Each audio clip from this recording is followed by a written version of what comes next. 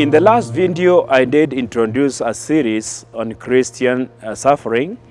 And I was saying that the moment you mention the word suffering, when people are so happy, maybe, and everything is going on very well, and you just say, I am suffering, it's like people are discouraged. Why should you suffer? And especially when you mention that you are a believer and you are going through at the time.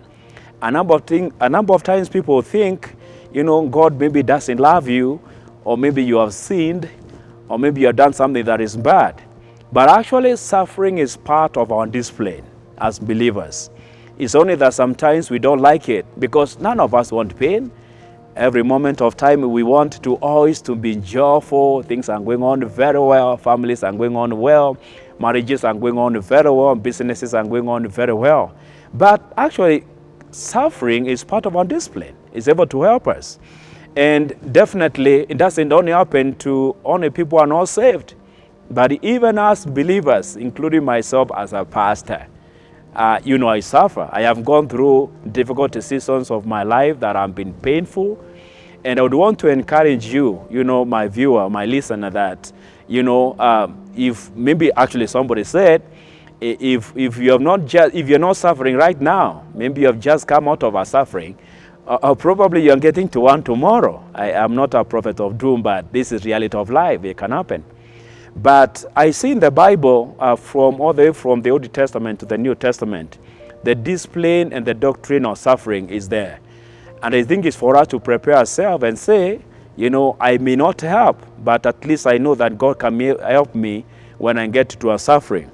One of the ladies in the Bible that really went through a time of provocation and the suffering is actually Anna, who was married by a gentleman called Elkanah, and she had actually another wife called Peninnah.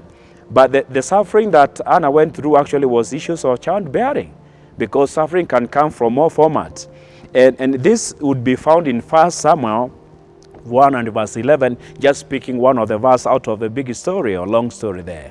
And this is Anna speaking, and it says, and she made a vow, saying, Lord Almighty, if you only look on your servant mystery and remember me, and not forget your servant, but give her a son, then I'll give him to the Lord for all the days of his life, and no razor will ever be used on his head. Anna went through a time, of suffering.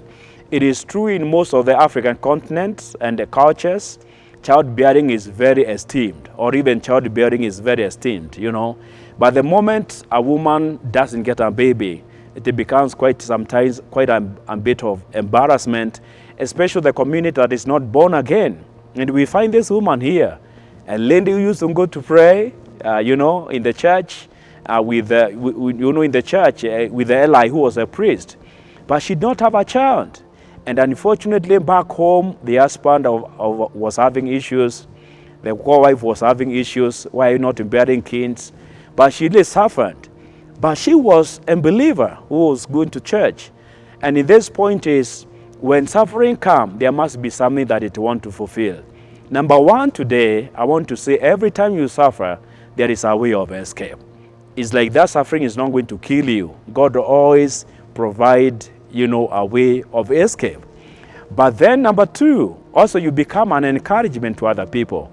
And in fact, Paul was saying, sometimes when you are bereaved or lose loved one in the family, then we have that comfort which we translate and also take it to the other person to encourage them, to tell them, by the way, I went through this loss, but now, thank God, I can encourage you that I was able to overcome. So it's a lesson that you're able to pass to the next person.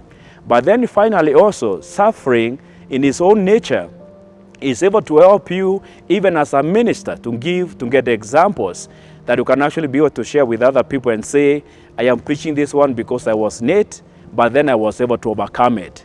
And so it shows the victory we get as believers from a situation in our life. And so believe that God is able to help you. I don't know what you are going through at the moment, suffering, maybe illness, cancer, whatever the disease.